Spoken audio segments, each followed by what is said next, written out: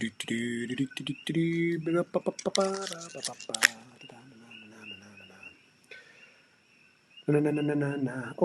I'm going to put it on I'm going to change the volume or the settings real quick. Let's put that up.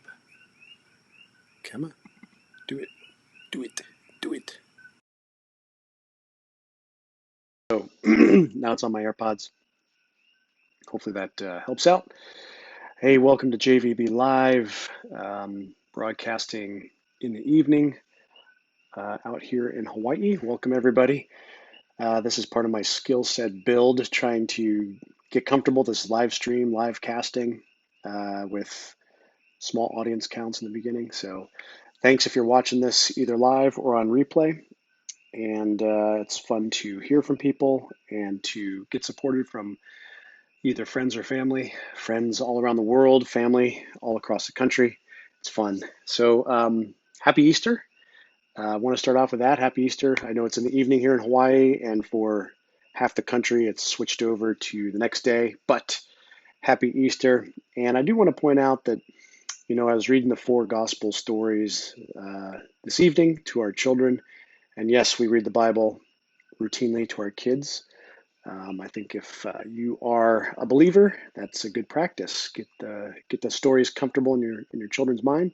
Talk about it openly and honestly. They're going to ask good questions. But anyway, I digress. We were reading Matthew, Mark, Luke, John, the resurrection story, the morning of the empty tomb, and all four gospels talk about the women followers who were the first to find the tomb empty, which is an interesting historical tidbit, glossed over by modern readers for the most part, but back in the Jewish culture, women's testimony was inadmissible in court. So it's interesting that all four Gospels record that it was the women who found the tomb empty first, and then went and spread the message to the rest of the disciples. So this is an interesting tidbit. If you were to make up the account of Jesus' resurrection, why would you have women find the tomb? This is an apologetic defense for the resurrection and the historicity of the resurrection. So, I was reading all four Gospels, and all four of them talk about the women followers and having interchanges with people who were at the tomb entrance or in the vicinity of the tomb. So, happy Easter! He is risen. He is risen indeed. The Gospel story is about not just Christ dying for our sins, and most people are familiar with that portion of the story. But it's also about Christ rising again to give us hope, to give us strength and encouragement going forward, and basically reconciling us with God from here on out.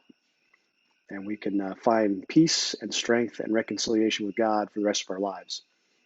That is the good news, and it's not something that we can earn or gain through our own efforts, as Paul talks about, so that we can boast. It's not that.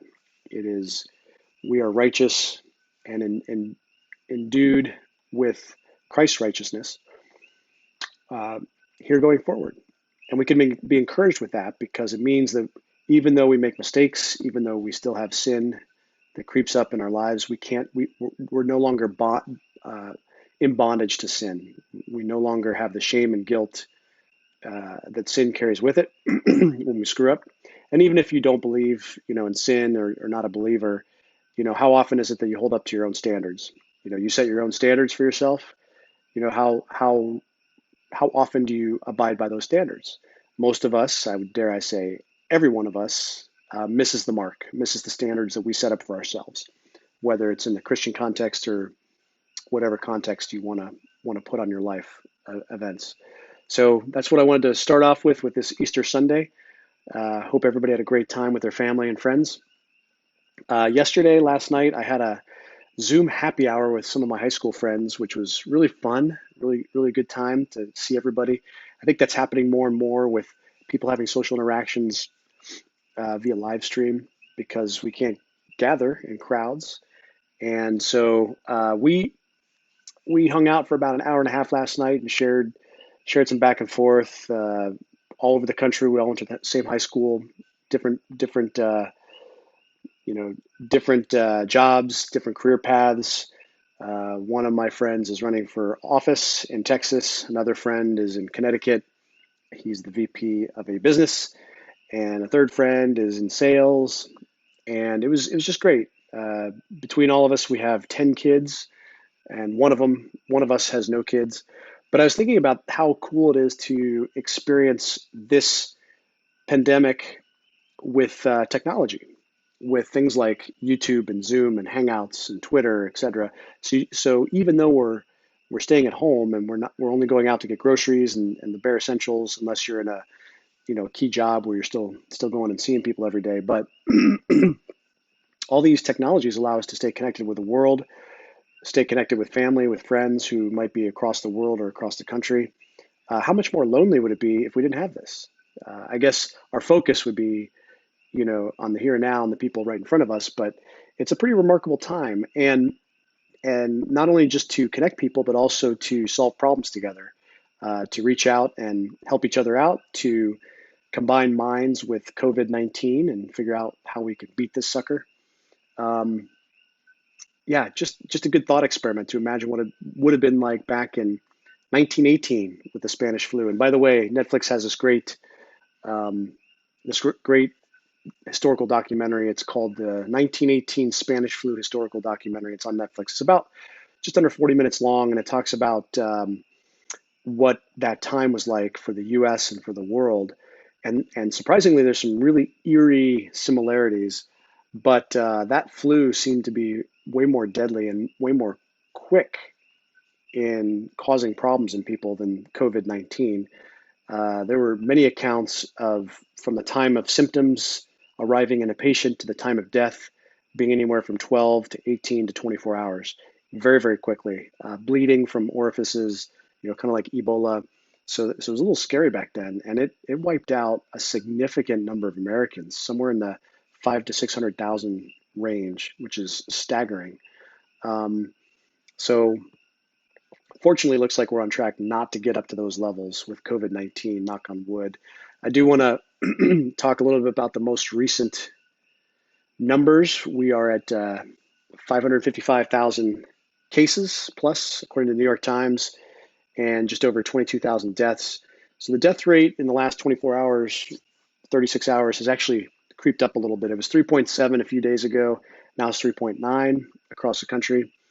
And if you break it down by state, you'll still see that the death rates between states is quite different. So a place like New York City, or excuse me, like New York State versus California versus where I am in Hawaii, the death rates are really all over the place, and you can see it. Like for example, here in Hawaii, I think we're at a 1.3% death rate, and that might have actually gone down a little bit because I think we have more cases and just one or two more deaths statewide. I think our most recent total was at I want to say nine deaths. Let's see, I might have gotten rid of it. Yeah, I might have gotten rid of it, but I think we're at 9 deaths in the state. So that's pretty cool. Not cool that we have that many deaths, just cool that I'm in a state that doesn't have a lot of deaths. Um, so yeah, I can't find it. Anyway, New York City still looking on like a great trend. So in the last 12 hours or so, this is, I just looked at this. I think there's delays in reporting, but as of this, right now, yesterday there were 741 new cases in New York City. That's down from 2,390 the day before. And as of Easter Sunday, there were only 92 cases reported. Now that's going to go up, overnight, I'm sure. But what's really great is the deaths. So yesterday there were 191 deaths, down from 295, and so far Easter there's 29 deaths. Now I'm sure that'll go up overnight, but we are definitely on a downward trend in New York City with the hot spot of this whole thing, which is great, which is really great. New York State, Uh, let's see, 188,000 of those tests. So, New York State is a huge percentage of this 555,000 cases. 188,000 of that is in New York State. Um, so that's where we are now. I've heard rumors, and I remember this early on, hearing about two strains of COVID-19, an L strain and an S strain, and this came out of China back in early March. It was written about in March. It hasn't been written about recently, so I'm not sure to what degree this is true, this is not true. I don't know if it's been confirmed by American scientists. If it has, and it's hiding out in the journals, I'm not a frequent reader of those journals. So if anybody has any idea about the L strain and S strain, or have seen anything referenced, let me know.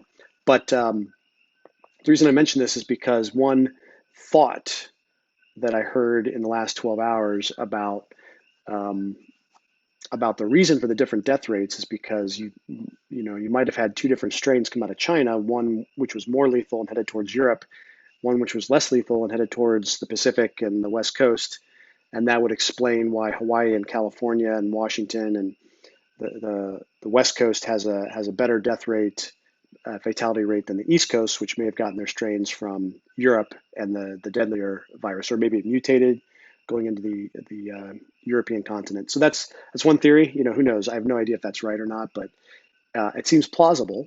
Certainly seems plausible. It could be just other confounding factors as well. Um, so it's interesting. I listen to Scott Adams quite a bit, and he proposes things like simulation theory, looking at two movies on one screen to explain how people look at the exact same set of data and walk away entirely convinced of two different narratives. Um, and I was listening to him today on Easter, uh, get asked a question on the most persuasive person in history, that is Christ. And I thought it was a fascinating question. And in his answer, I learned that Scott Adams does not have a lot of knowledge in historical Christianity, uh, scholarship, and that kind of thing. So it would be interesting. He gave this kind of survival of the fittest religion explanation for why 2.2 or 2 point whatever billion people today identify as Christians of various denominations, and that this is the most influential event, arguably, in human history. Is this life of this guy who died at 33 2,000 years ago, and then, according to the accounts, rose from the dead. So anyway, I'm backtracking a little bit, but I forgot to mention that um, it was interesting how unaware of the scholarship and the evidence he was, especially bringing context into it, historical context, that he was reaching a conclusion based on limited information. So all that to say that I've talked about people stringing narratives through limited data that makes sense in their mind. And you might only have 2 bits of information or 5 bits, but there's 100 bits that might be relevant to your decision. Um, and you're going to string the best narrative you can through those 5 bits of information. But that narrative could start to exclude other data points that might change that narrative. And this was just a great example from Scott Adams, that I thought he was unaware of information that could change his narrative on the case of Christianity. But I'm kind of backing up and going over that. So talked about COVID-19, the difference in fatality rates, the Spanish flu historical documentary, L strain versus S strain of COVID-19, modeling. So I've talked a lot about the University of Washington model that has, um, scaled down their estimates for fatalities twice in the last 10 days, um, starting from a week ago Friday. So we're on day 9, I guess, and they've gone from 93,000 down to 81,000, I think, and then they went down to just over 60,000, 61,000, 62,000, somewhere around there. And this is a model that's basically plugging in the real-time information back into the model. These are the reports we're getting from across the country. It updates the model projections, and then it predicts things like your fatality rate, your number of beds required, number of ICU, units required, perhaps number of ventilators. I'm not sure. I haven't dug into the study that deeply, but anyway, it is a feedback model as compared to maybe some other models that are out there from the UK. And if you followed the modeling, there were two UK models that diverged greatly from two different institutions out there. So I'm not sure if there's other models. Johns Hopkins, I know that there's academics working on modeling and working with the administration. At least I think they were with the task force. That was reported in one of the press briefings. So almost a third adjustment on the model based on real-time data input back into the system with this University of Washington model, which is the most referenced. I haven't heard of another model that's more referenced, at least in the US. So I wanted to kind of just see how we feel about models. Do we, what's the value of a model? Obviously, it gives us a sense of what to expect based on certain assumptions. But my going in weeks ago, and I would have debates on Twitter about this, is the model is only as good as your assumptions. And if you don't really know a lot of real-time information to accurately determine those assumptions, your model could be way off, way off. And yet, the model is used as a polemic, if you will, or as justification for certain courses of action or to reach certain conclusions. So there's this article, which was really interesting today, that I wanted to bring up. This is in the Scientific American, and actually I think it came out yesterday. And it's from a woman named Jessica Holman, and it's called, this came out yesterday, Leading with the Unknowns in COVID-19 Models. And the subtitle is, in times of great uncertainty, we should look beyond the data. And so I just wanted to read down a couple paragraphs in and just quote her just to kind of have somebody else articulate a little bit what I was thinking with these different models.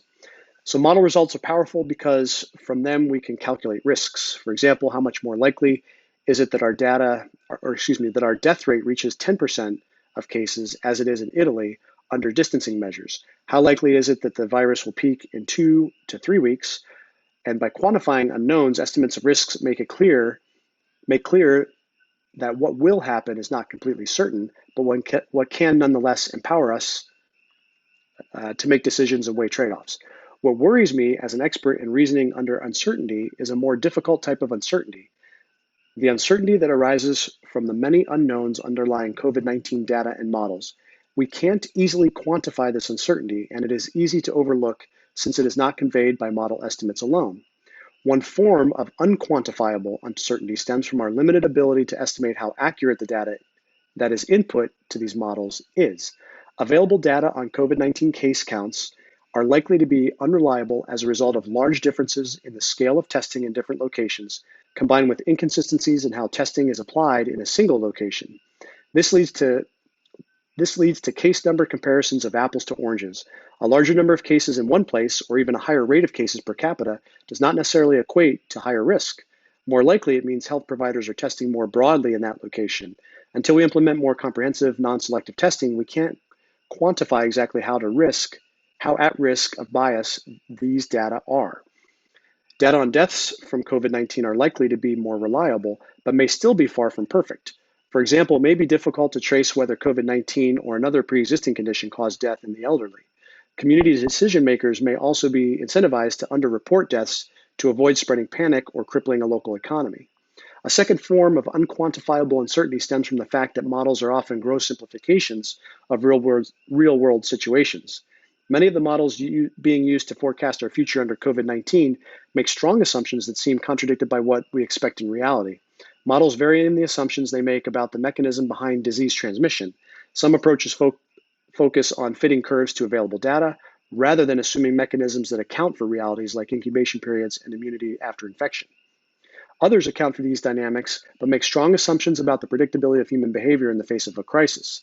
Sometimes called ambiguity, non-numerical uncertainty like the unquantifiable inexactness of a model as a stand-in for reality, means that our predictions could be off by little or by a lot, depending on how flawed the model assumptions were. All models are wrong, and now she's quoting somebody, all models are wrong, but some are useful, said George Box, a statistician. reminding us of the tension between understanding models as tools for thinking versus expecting models to be oracles. Unfortunately, a careful critique of model assumptions, like other forthright presentations of uncertainty, rarely makes it into the public-facing articles or visualizations used to present the results. So, yes. So, in the Twitter sphere, people will latch on to the reports of these models and what the outcomes are, and you won't see in those articles, whether it's the New York Times, Washington Post. I would say rarely you'll see in those articles the uncertainty built into the models. We did see kind of this range of what it could be in some of the presentations. It could be 1 million to 2.2 million, for example, was the original University of Washington projection for number of deaths without doing any kind of social distancing mitigation. So, but if you've looked at models, and if you have any kind of scientific or mathematical background, even finance, economics, whatever, you'll it's almost second nature to be a little bit leery of modeling. It doesn't matter what the field, doesn't matter what the attempt at the model. Um, all models are inexact, and some can be very, very flawed. And yet, there's this level of authority that models have, or certainly people using models. The models lend them an authority with which to make conclusions and possibly implement actions. So, how do we feel? How do we feel models are doing now? Knowing what we know about the COVID models, let's say we have the University of Washington model, let's say we have, a Johns Hopkins model, which I'm not sure if there is one or not, the two UK models.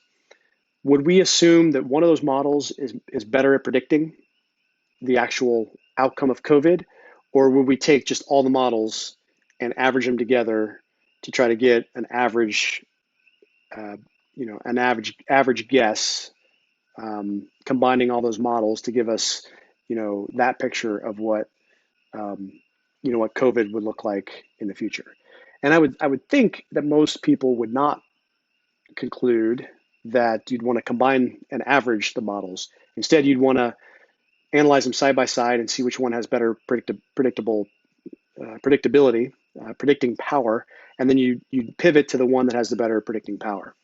And I think that's why the University of Washington has kind of come out above and beyond the UK models. Now, it could be regional. It could be that there's each country has a suitable model for that country based on the specific assumptions that country has to make. That's entirely certain or entirely plausible. But bottom line, does it make sense to combine all the models to try to reach uh, uh, a more authoritative outcome from the modeling at large? And the reason I ask this is, you know, I don't know how many. So I'm gonna use one more example, and then I'm gonna tie it home with an issue that has been top of mind the last 5 years or so. Well, longer than that, but so I'm a pilot, and I use weather modeling to understand hazardous weather. And if you go look on a site like windy.tv, which is this product that gives you real-time information about winds and clouds and storms, temperature levels, etc. A whole slew of different information. And it's got this predictive capability, which looks at different models from the European Union, models from the U.S., and there's basically three big models that they will use to do things like forecast where a hurricane will be in the next 6 hours, the next 12 hours, the next 24 hours, etc. And very, very rarely do the three models agree entirely. Now, you might have two models that look similar. You might have all three look very different when you're trying to forecast something like a hurricane or some sort of big storm. And what what forecasters will do or will not do is they won't combine all the models into one mega model, if that makes sense. In other words, they won't take the U.S. model and combine it with the EU model and assume that the resulting model is a better estimate of what's actually going to happen. That's not done. And I think the reason is because sometimes the assumptions in one model are better, and sometimes the assumptions in the other model are better. And in our minds, when we see the two models, we can kind of interpolate and say, okay, well, if these two models agree, maybe it's more likely that that will happen. But the models can still be off, and they can still be off quite a bit. So, so in weather forecasting, we don't combine models, at least to my knowledge. I've never seen it, never heard of it.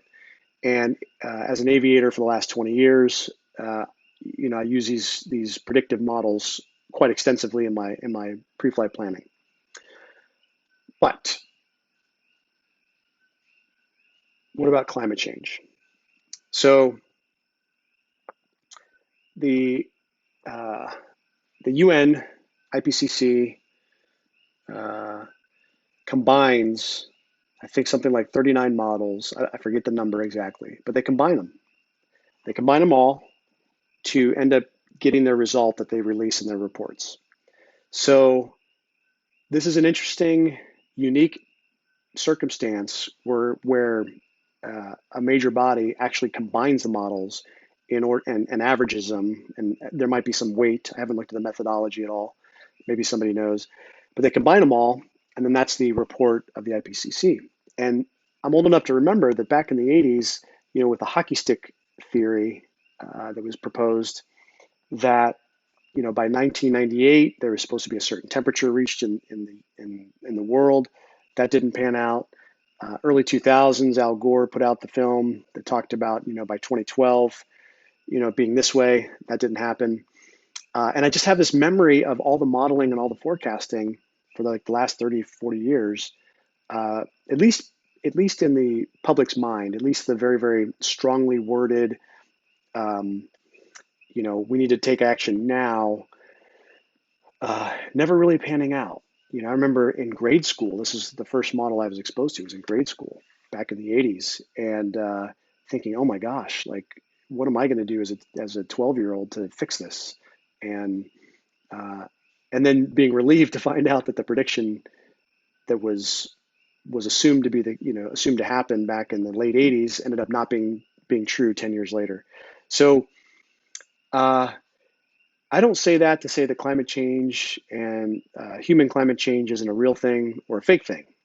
Um, I'm just skeptical of the models.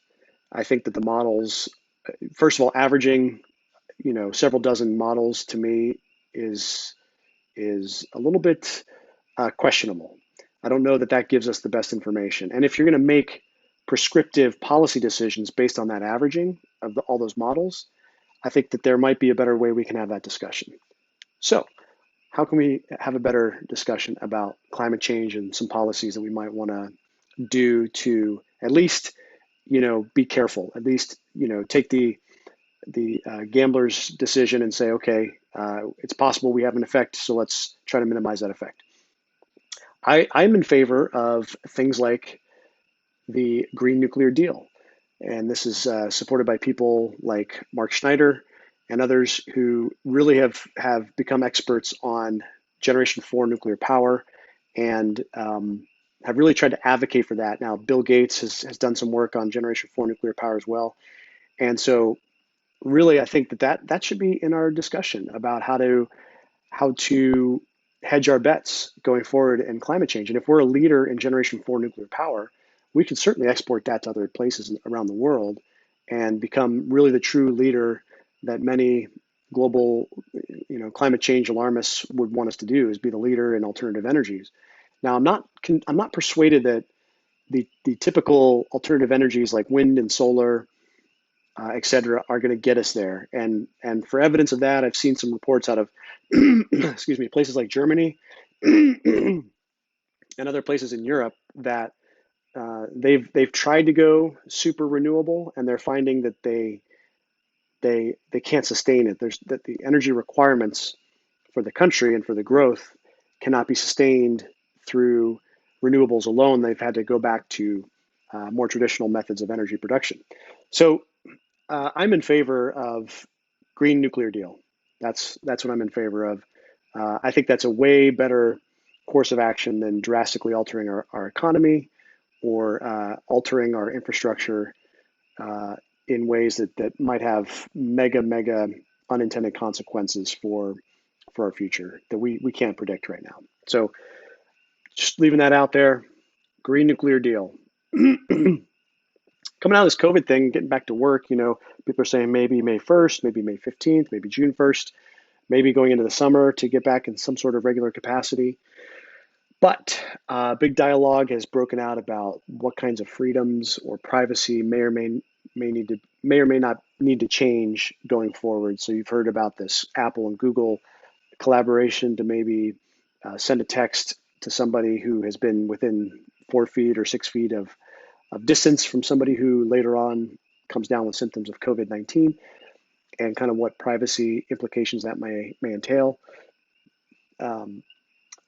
Giving information over to the government if you have the antibodies in your system, so you've been exposed to it, and you actually have the antibodies in your system. You never really came down with very strong symptoms, and then maybe the government allowing you to go back to work as long as you have those antibodies, or maybe you're in a lower risk group. So all this to say that there's a lot of personal information that needs to be shared potentially in order to have some sort of graduated, get back to work result or response to this outbreak. And it's a great question, and I think that we should have that dialogue about how much privacy, how much freedom are we willing to give up in order to get back to some normal way of life, and perhaps there's not a new normal way of life after that's entirely possible as well. Okay, so that dialogue's going on, and I think that where I fall out on it is I'm cautious about giving away too much privacy, too much freedom, without critically thinking it through, and without the ability to mitigate against an overreaction in that direction. Like I said, I listen to Scott Adams a lot. One thing he suggested today was if you have complete lack of privacy for the government, and you give up, as a citizen, you give up your privacy, the government gives up their privacy, and that would serve as a mutually assured destruction kind of scenario where you would have a look back behind the curtain, and everything would be transparent in government. So that's an interesting idea. I don't know that the government would go for that, but it's an interesting idea. Okay, so I talked a lot about having grown-up dialogue, having grown-up conversations about issues. And what I mean by that is if you see a report that strings a narrative about a given scenario or a given person, and it doesn't present a steelman opposite position. In other words, it doesn't acknowledge that there's another argument that has weight, that has persuasive power, but you, the reader, can decide which one you agree with. If you're not even aware of what the other side is, then that should raise a red flag in your brain. That should really raise a red flag in your brain that perhaps what you're being told right now in this article or on a show is only half the story. And you may have to do some homework and go out and find what the other half is, so that you can have a more educated viewpoint on that topic. And I will get to this in a bit, but there's a documentary I just saw that's kind of big news right now. It's a documentary by Mike Cernovich called Hoaxed, and it was big on Twitter over the weekend. I decided to go out and buy it and watch it, I did, and I would encourage you to watch it, regardless of your political background. It does have a strong point of view towards one side, but I don't think there's anything that's pushing any Overton window boundaries. I think it's all above board, and it can kind of open your eyes to what some of the critiques are of the mainstream media over the last 20 or so years. But anyway, I wanted to get back to kind of this narrative structure and being very, very skeptical of what the media is feeding you. And I would suggest this on both sides, every side that you can think of. And first of all, you should really be able to imagine the strongest argument on the opposing side. You should at least be able to imagine a couple different points of view, a couple different plausible explanations for events. I'm not saying the imagination is what makes the events true. I'm just saying that if you only have one side and this is portrayed as the only explanation and there's no other explanation that's even entertained, big red flag. Big red flag. I would reject that wholeheartedly. It doesn't mean that one point of view is false. That's not what it means. What it does mean is that you should be skeptical of a point of view that is portrayed as the only possible explanation, and any other explanation is dismissed out of hand. That's those aren't strong arguments. Those are not strong, persuasive positions in my view. So I want to contrast the difference in the New York Times reporting on Christine Blasey Ford back in September. As you know, she was the whistleblower that came forth and accused, I don't know if she's a whistleblower really, but she accused Brett Kavanaugh of sexual misconduct back in the 80s. So I want to contrast the New York Times portrayal of her versus Tara Reade. And as you may have seen in the news recently, Tara Reade was a Biden staffer back in the early 90s, and she's come forward accusing Joe Biden of sexual assault. So I'm going to read these articles, and to my knowledge, these are the first articles about this topic in both cases. So the first New York Times piece I saw was September 19th. There might have been one earlier, and the first Tara Reade piece was today. There might have been one earlier, but I know both stories were broke by other outlets. I think the Blasey Ford was broke by the Washington Post, and then the Tara Reade I think was broke by the New York Post or somebody. I can't remember who broke that, but so I just want to read this and and I want you to see what you think. And I'm just going to read the beginning. So here we go. I'm going to read Christine Blasey Ford's. Actually, I'm going to read Tara Reade's first. I'm going to go in reverse order because I think this is really interesting. Okay. Okay. A former Senate aide who last year accused Joseph Biden of inappropriate touching has made an allegation of sexual assault against the former vice president, the Democratic Party's presumptive presidential nominee this fall. The former aide, Tara Reade, who briefly worked as a staff assistant in Mr. Biden's Senate office, told the New York Times that in 1993, Mr. Biden pinned her to a wall in a Senate building, reached under her clothing, and penetrated her with his fingers.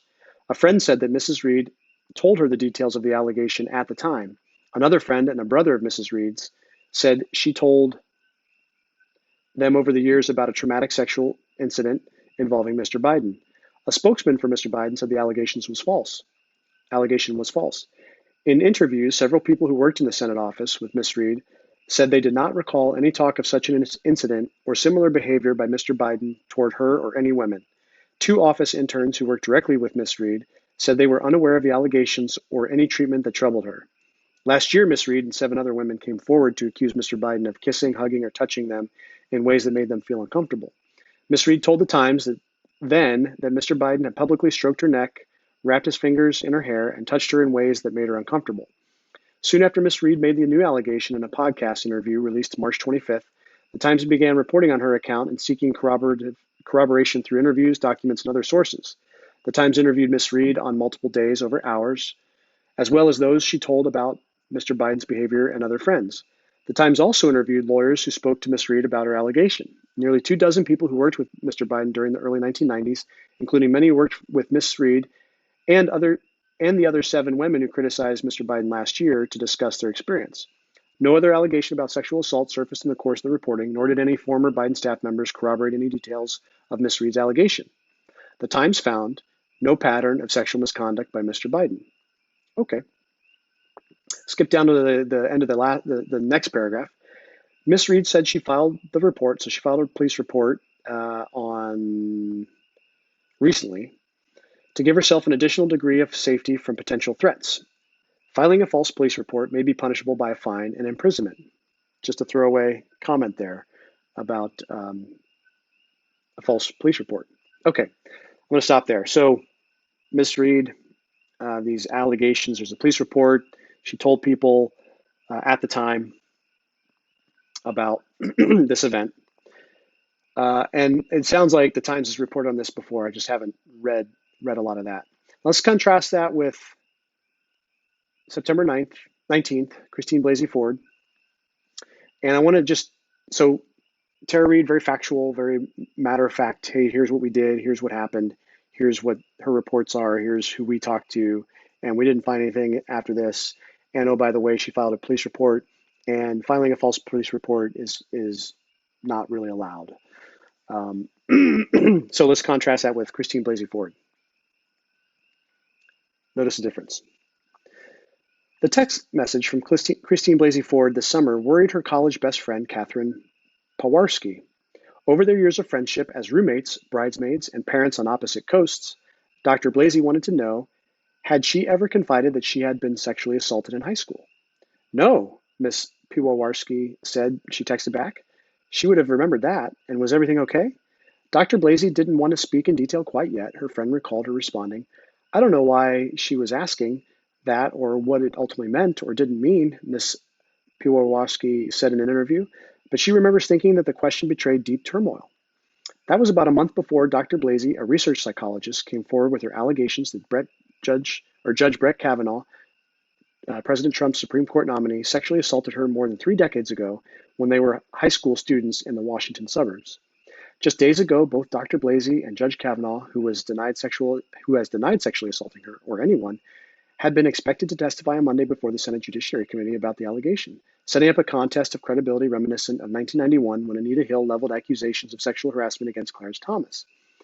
But it is increasingly uncertain whether what will happen. Dr. Blasey's lawyers on Tuesday called for an FBI investigation of her allegation before she testifies, but the Senate Republican leadership has rejected the idea and said that a vote on the Kavanaugh nomination will go forward if she does not appear.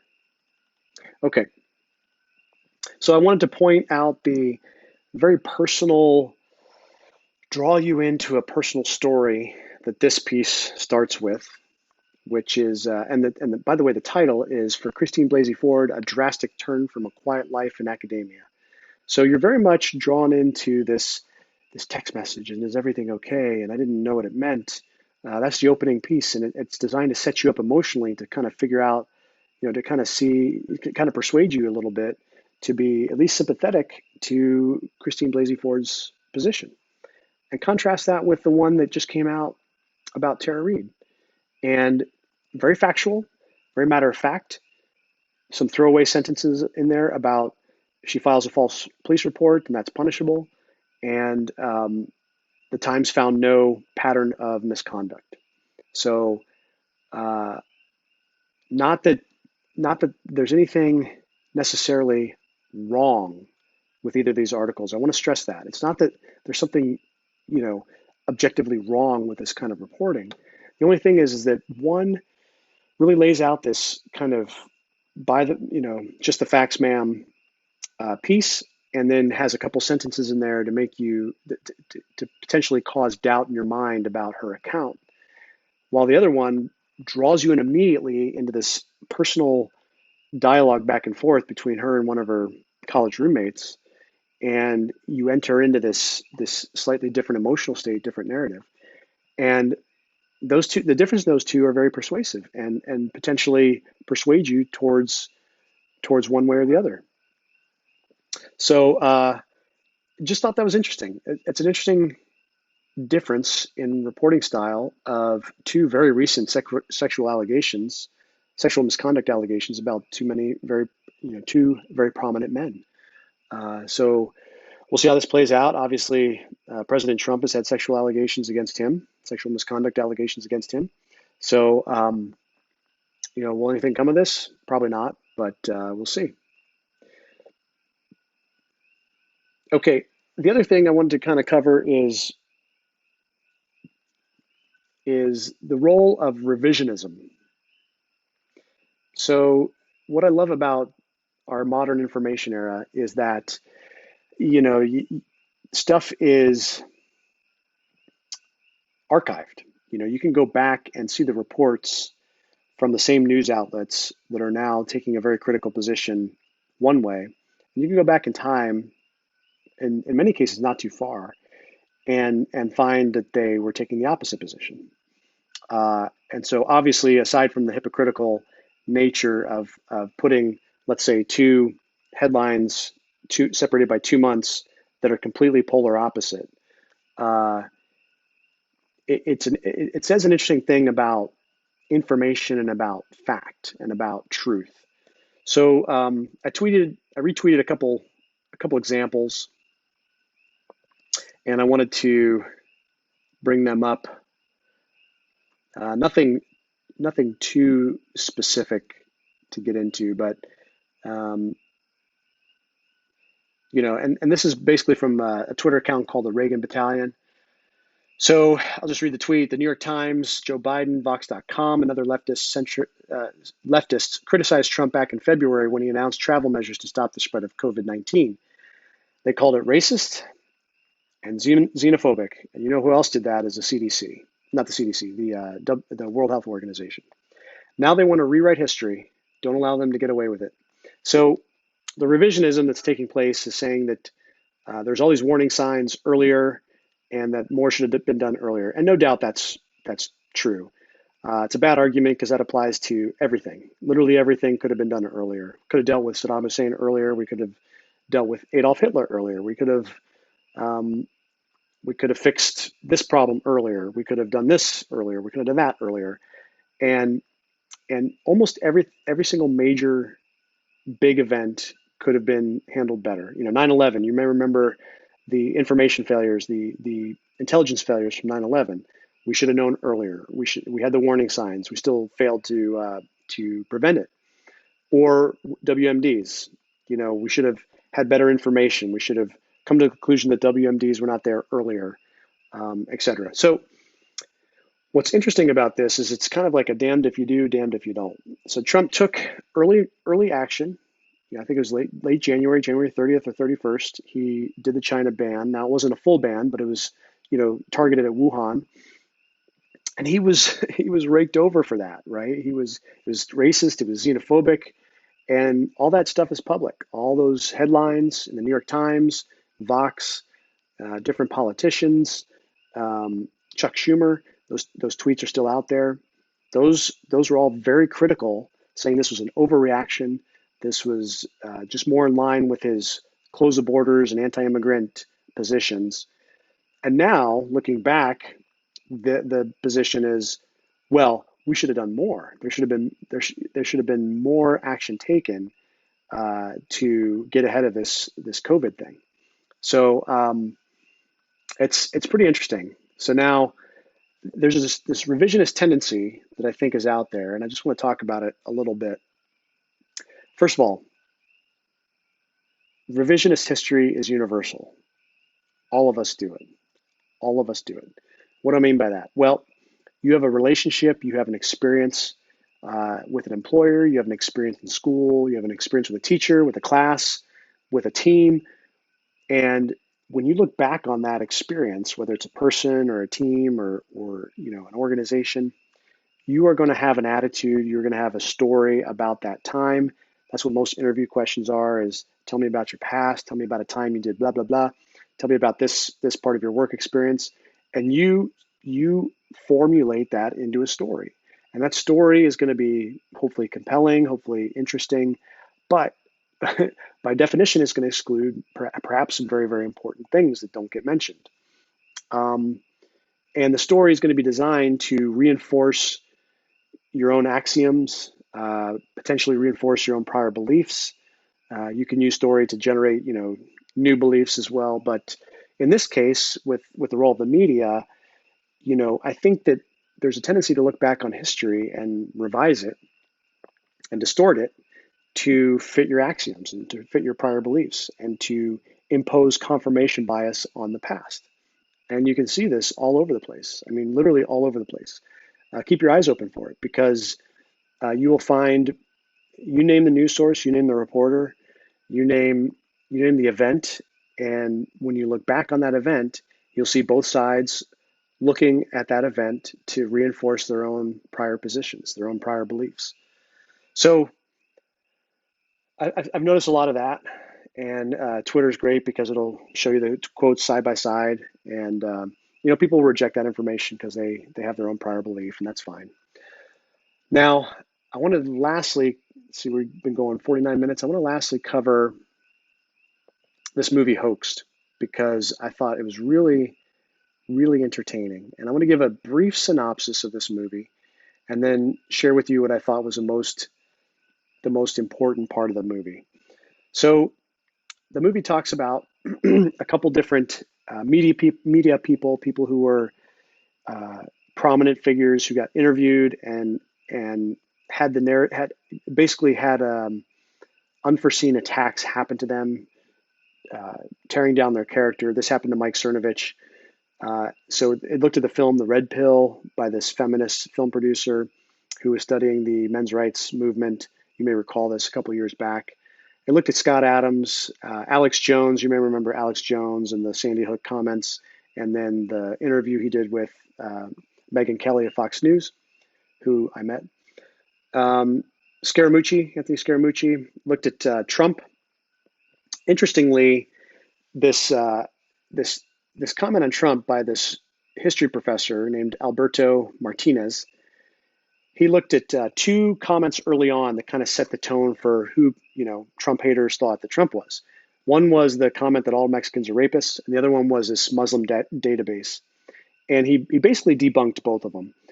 Scott Adams has done this as well with the all Mexican are rapists, call it the all Mexicans are rapists hoax, where if you look at the entire context of the clip, he wasn't talking about all Mexicans. That was a distortion uh, reported in the media later, and sadly continued for months and months and months and years, really. And I think probably today, still people look back on that time and think that that's what he said, and that is a representation of his character, which is sad because it was a misquote.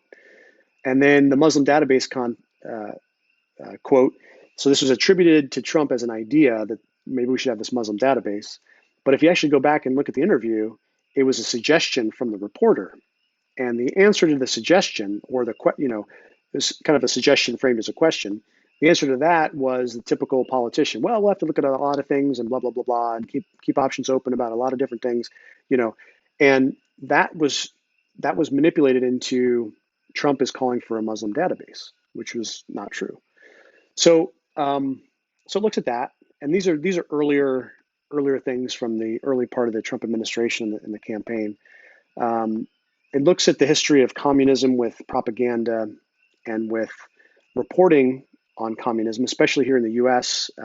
Walter Duranty, being a prominent New York Times reporter, I think won the Pulitzer for some of his USSR reporting, and completely not, completely uh, getting blindsided or not aware or covering up or whatever you want to say, just completely blind to the fact that there is this problem with the Krulaks in the Ukraine, and just complete fake news,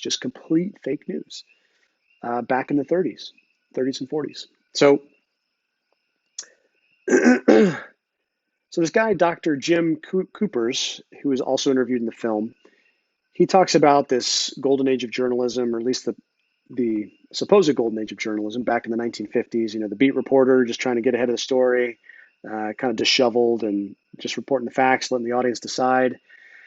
And then this kind of stops. He found when he analyzed the 50s and 60s that the media tended to be a little bit more right wing, and then started to there's different clashes of issues on both sides, but 1970s, there's a change in journalism to become more polemic. So polemic is basically more attacking with your words, attacking with arguments to win. And he concludes that in the 1970s, journalism became polemic and has run up through the present day. So so you may remember this book years and years ago called Bias by Bernard Goldberg. I think he was a CBS reporter or producer for 30 years or something. And he wrote this book about the media bias. And I think he wrote this in the late 90s, early 2000s, I believe. And it really was kind of like a whistleblower book to kind of wake up people to some of the very strong biases. And he was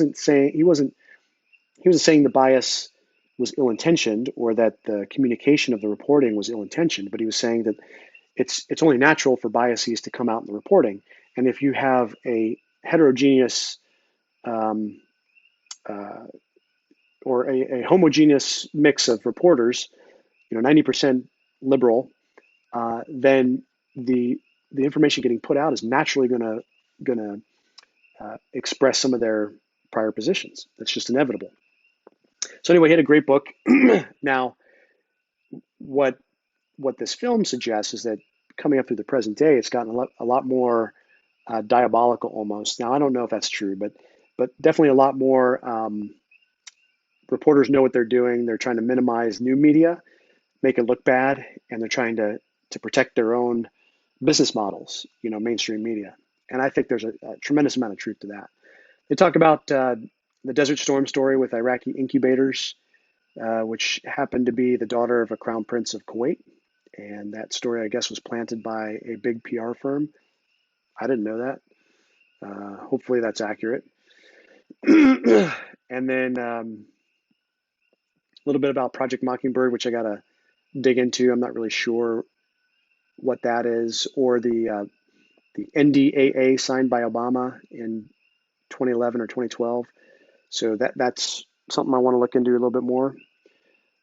Basically, allowing for executive institutions to coordinate and collaborate with mainstream media. Uh, so that's poses some interesting questions. What does that look like, where you have executive branch or branches of government collaborating and having input on mainstream media storylines or narratives? James O'Keefe was interviewed. He's Project Veritas. Peter Duke, Tim Pool, Gavin McInnes, Lauren Southern, Ryan Holiday, uh, Myron Gaines, who's a anonymous guy. And what's interesting in this film, I didn't know this, but fake news was actually introduced initially by, I think I do remember this actually. It was actually introduced first by the mainstream media during the campaign, and then Trump kind of turned it around and made it about the mainstream media. And it became more of a term on the right after Trump kind of usurped that term. But initially, it was put forward as, there's a lot of misinformation on Facebook, and Russian propaganda that was feeding false information to the public, fake news basically. And I do remember that was the story before Trump turned it around and made it about CNN and other mainstream media outlets. So anyway, Jordan Peterson was in there. There's some really good stuff on Milo and Antifa, the Charlottesville hoax. So the Charlottesville hoax with fine people on both sides, which is still, I hear, reported from time to time in the mainstream media. Um, and in the context, it's very clear. You will see out of context clips all the time. Sound bites used to be sound bites. Now it's more video clips, or just quotes out of context on Twitter that don't give the adequate context. And then in the tweet, it'll say how you should feel about this out of context thing. And I found myself going and looking at the context and saying, I don't think that means exactly what you think it means. And I realized that this might be the two movies on one screen. I might be looking at the exact same thing and walk away with a different conclusion than somebody else who looks at that exact same interchange. And because of their priors, and because they've decided that this current administration is led by a madman, or some sort of evil character, they're just going to, whatever they hear, they're primed to have that information fit into their narrative and confirm their prior existing biases. So Hawk Newsom, Black Lives Matter, New York City was interviewed, which was really amazing. That was a really inspiring part of the film, where Hawk Newsom gets up and communicates with a Trump rally in, I think it was in D.C. Great, inspiring part of the movie. Ryan Holiday, can't even agree on reality anymore. I think there's a lot of truth in that. And then Jordan Peterson brilliance. I'm going to finish with Jordan Peterson because I think that's the most articulate way of framing the best part of the film, and really what I took away from the film. But it ends with the allegory of the cave. And I don't want to give away anything, but the allegory of the cave is, goes back to Socrates. And he talked about, these people down in a cave. I think it was Socrates, Plato, Aristotle, one of the Greeks. So you basically are in a cave and you see shadows caused by a fire up on the wall of the cave, and that's your whole reality. And then somebody breaks loose and sees the fire, and then sees, oh, okay, so wait a second, that's causal on that, and then sees some light over here, and then starts to walk towards the light, and then is completely their version of reality is completely disrupted because they start to see outside and whatnot, and they go, oh my gosh, I have to turn around and go back and tell everybody that this is really what reality is. Go back in the cave and then tell the other people, and the other people are like, why did you tell us that? We don't want to know that. Um, they were comfortable in that myopic view of reality, and that's so true of our current of the human psyche. Really, we are all very comfortable in our own myopic version of reality, and we are resistant to somebody trying to tell us that there's this huge bigger picture. And you'll see this in religious discussions with Christianity. You'll see this with religious discussions with other faith groups, um, philosophical conversations. You'll see this in the right versus the left politically. But really fascinating way to end the film.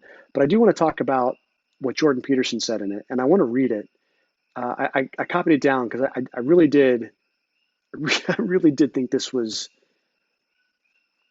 really brilliant, and I want you to listen closely. And I might riff on it if I feel like I have enough time. But we're getting over an hour, but I just want to kind of talk about this. So Jordan Peterson quote: "Arrogant people, we're all arrogant. Okay, so this isn't talking about this set of arrogant people or this other set of arrogant people. To a certain degree, we're all arrogant. Believe that deception works. Falsehoods have consequences. Our axiomatic systems orient us in the world and regulate our emotions. So when something axiomatically impossible happens, people are going to scramble to find reasons that don't require retooling of their worldview." So I want to read that again. Our axiomatic systems orient us in the world and regulate our emotions. So when something axiomatically impossible happens, people are going to scramble to find reasons that don't require retooling of their worldview. If your worldview is going to get disrupted, if it's going to get turned upside down and cause you to question everything you knew about your worldview, you are going to go to great lengths to fit any kind of cognitive dissonance, to rectify any kind of cognitive dissonance, to anything that cuts against your own axiomatic prior beliefs.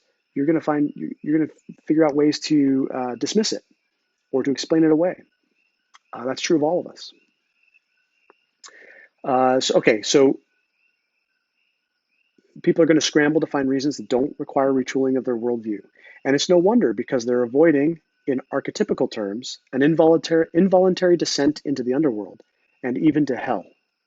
Jordan Peterson's very big on narrative truth and talks a lot about the underworld, um, this archetype discussion. Really brilliant stuff. That's also why people fight so hard to protect not only their belief systems, but also their social systems. Often that means accusing someone else, because then they have to change and not you. So if you accuse somebody else, they have to change, not you. A worldview adjustment is a major revolution, and you may not recover from it. It just might do you in. Or maybe you're chronically depressed. And so when you dig down and you have to restructure those axioms, not only do you have to encounter the unknown as such, which is no joke, but you may also have to discover your own malevolence. Well, it's no wonder people turn away from that. It's not surprising at all, and everyone is like that. This is why I'm no fan of ideologies, generally speaking, because they place a mask of virtue over a dark set of motivations, and then you can tolerate looking yourself in the mirror. Well, there's plenty of motivation to falsify, but it's a bad idea. You live out the falsifications and the world hits you. Now, what he suggests is your narrative should be something like, I'm constantly trying to go beyond the truth that I already hold, because the truth that you already hold is not enough. You need to know more than you know, which I love. I mean, it's a really brilliant way of articulating um, this friction between your axiomatic foundation, but that's not enough. you need to go beyond. You need to update your axiomatic fundamentals. You need to be prepared to adjust your worldview. Uh, you need to be prepared for if another worldview comes and disrupts your worldview to at least understand it to the point of consideration, and not to outright reject it and dismiss it as not worthy of any kind of critical thinking. That's if I can paraphrase some of what he's saying. Now, on the totalitarian states, this is really interesting. So, the totalitarian states would not have been possible without the moral corruption of the individuals within the society. And if you think that's through, if you think that through, it should make you quake in your boots. So let me read that again. The totalitarian states would not have been possible without the moral corruption of the individuals within the society. And if you think that through, it should make you quake in your boots. So, in other words, the reason that the totalitarian states were able to rise in the way that they did is because the societal norms of good and bad, right and wrong, etc., degraded to the point where, you know, they were corrupted morally. They couldn't assess what they were seeing as being objectively right or objectively wrong. Um, so that's very interesting, and I think about that in the framework of the Antifa discussion. So Antifa is violent to combat what they view as fascism, racism, and whatnot. And they've had a number of violent incidents. Um, and so this quote, a lot of this quote made it sound like that. There's plenty of motivation to falsify. Uh, when you dig down, you have to restructure those axioms. Not only do you have to encounter the unknown as such, which is no joke, but you may also have to discover your own malevolence. So, how you can't look at yourself in the mirror after violence and be able to look at yourself and be okay with yourself unless you believe so strongly that it's right. That because otherwise the alternative is you start to discover your own malevolence. That's pretty powerful stuff. Anyway, I just thought that this was brilliant. Our axiomatic systems orient us in the world and regulate our emotions. So when something axiomatically impossible happens, like Trump winning, people are going to scramble to find reasons that don't require retooling of their worldview. And it's no wonder, because they're avoiding, in archetypical terms, an involuntary descent into the underworld and even to hell. I almost think that's exactly what's happened as a result of the 2016 election. On the left, this is something axiomatically impossible. And out of that, you had this Trump derangement syndrome thing come up, which I think is real. And on the right, you had the never Trumpers. And interestingly, some of the never Trumpers I've kept up with, and I had a very, very close friend who was a never Trumper Republican, ended up leaving the party because of Trump's election. Um, the never Trumpers have spent more of their time talking about Trump and things he does right or wrong than their own viewpoint on policy or their own viewpoint on the way forward. Uh, it's fascinating. And I think Scott Adams said this. I don't know if I wrote it down, but he said, I really hope I wrote it down. He said, okay, okay, okay. I may not have written it down. That's too bad. That's really too bad. If I can paraphrase, look at one more thing.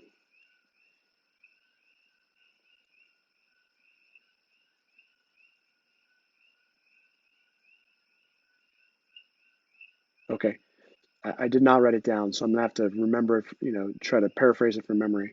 But Scott Adams said, if you've decided somebody's evil, then you're going to be primed that everything that comes out of their mouth, every action they do, is going to be evidence of that malevolence, of that evilness.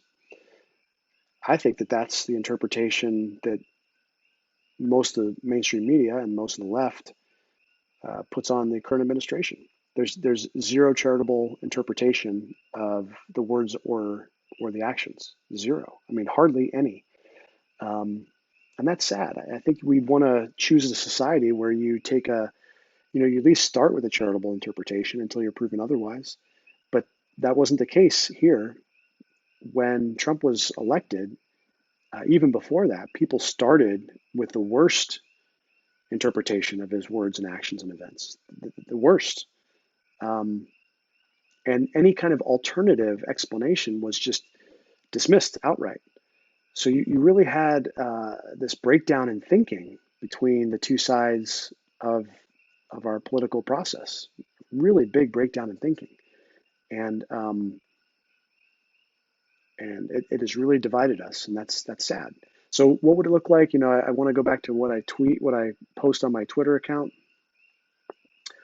I'll just read this one more time, and it's apt in light of Easter.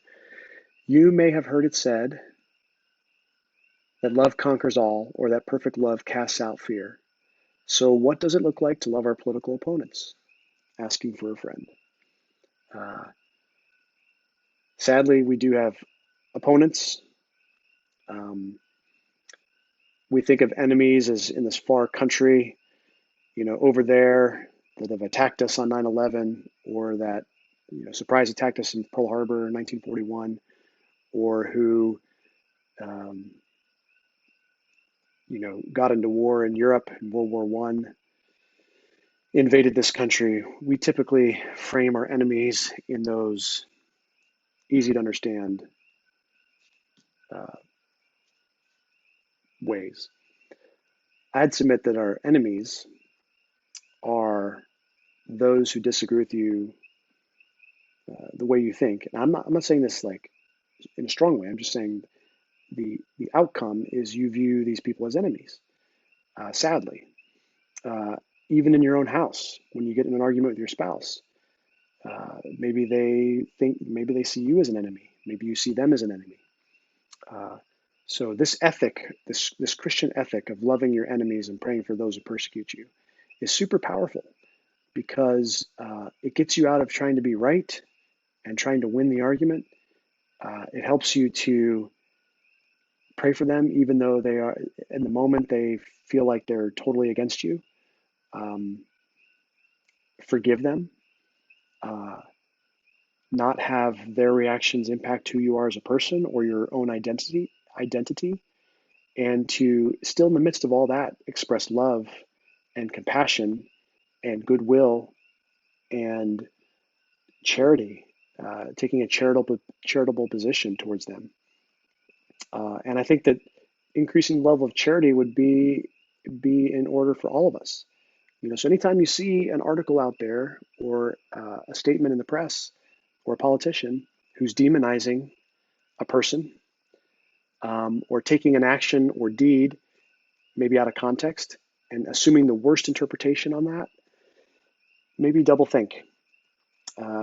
Imagine some other explanations, maybe look for the other side in the reporting, and come up with a grown-up calculation on that. And don't just take hold of whatever outlet is giving, whatever their frame of reference, whatever their narrative. Don't just take that hook, line, and sinker and not have any critical thought beyond that. So here's to thinking. I forgot. I usually do this at the beginning in honor of my old single malt skull sessions with my buddy Justin. Um, Cheers. Uh, I've talked a lot, so forgive me. Uh, there's a lot more I could talk about, but I think I've run my mouth for too long. So hopefully you have a great night. Happy Easter. Here's to a good second half of April, that we can be more encouraged and more optimistic daily and beat this invisible enemy using human compassion, human ingenuity, all and human partnership and love and understanding and helping each other out, uh, all made possible through God's grace, in my opinion. Love you all. Talk to you later.